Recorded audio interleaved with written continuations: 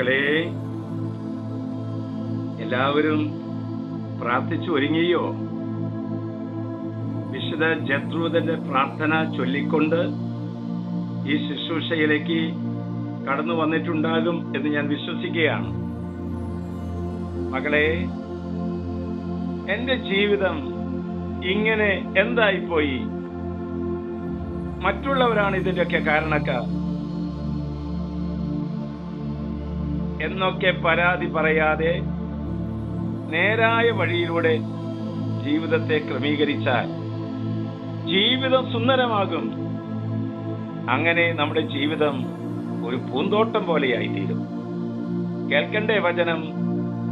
എഫേസ്യർക്കാർക്ക് എഴുതിയ ലേഖനം 6-ാം അധ്യായം 3-ാം വാക്യം. നിങ്ങൾക്ക് നന്മ കൈവരുന്നതിനും ഭൂമിയിൽ ദീർഘകാലം ജീവിക്കുന്നതിനും വേണ്ടി മാതാവിനെയും പിതാവിനെയും ബഹുമാനിക്കുക. ഓ, എന്തൊരു നല്ല വചനമല്ലേ! നന്മ കൈവരാൻ, ദീർഘകാലം ജീവിക്കാൻ മാതാപിതാക്കളെ ബഹുമാനിക്കുക.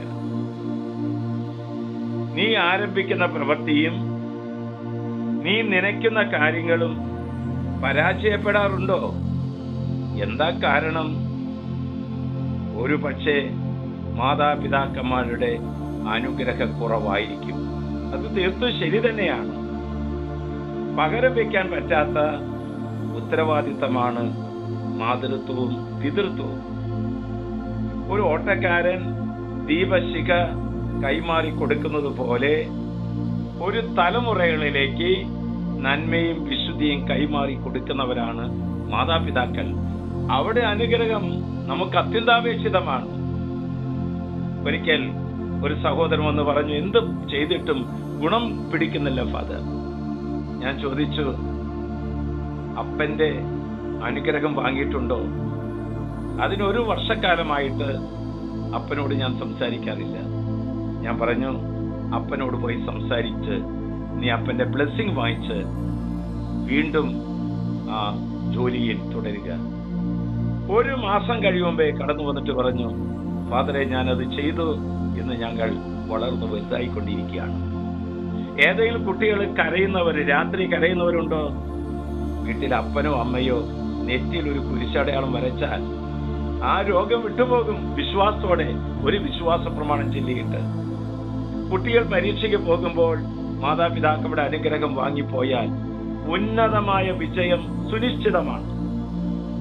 ജോലി കിട്ടിക്കഴിയുമ്പോൾ, ശമ്പളം കിട്ടിക്കഴിഞ്ഞാൽ അപ്പന്റെയും അമ്മയുടെ കയ്യിൽ ഒന്ന് കൊണ്ടു കൊടുക്കാറുണ്ടോ?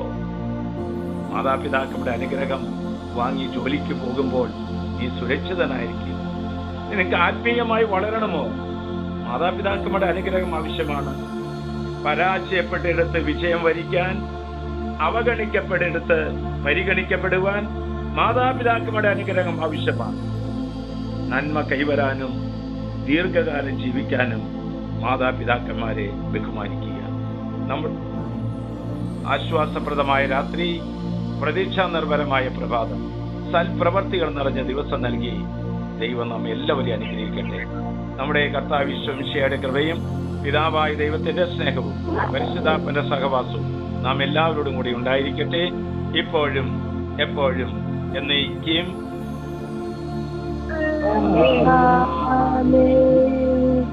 ഇപ്പോഴും എപ്പോഴും എന്നേക്കും.